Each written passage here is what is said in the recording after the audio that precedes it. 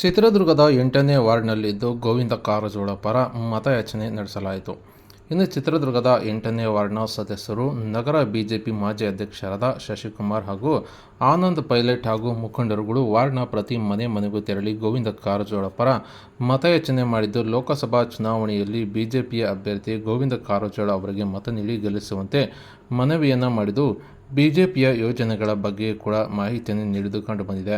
ಇನ್ನು ಈ ಸಂದರ್ಭದಲ್ಲಿ 8ನೇ ವಾರ್ಡ್ನ ಸದಸ್ಯರು ಹಾಗೂ ನಗರ ಬಿಜೆಪಿ ಮಾಜಿ ಅಧ್ಯಕ್ಷರಾದ ಶಶಿಕುಮಾರ್ ಹಾಗೂ ಆನಂದ್ ಪೈಲಟ್, ಶಶಿಕುಮಾರ್, ರವಿಕುಮಾರ್, ಮಂಜುನಾಥ್ ಸೇರಿದಂತೆ ಪಕ್ಷದ ಕಾರ್ಯಕರ್ತರು ಹಾಗೂ ಮುಖಂಡರು ಹಾಜರಿದ್ದರು.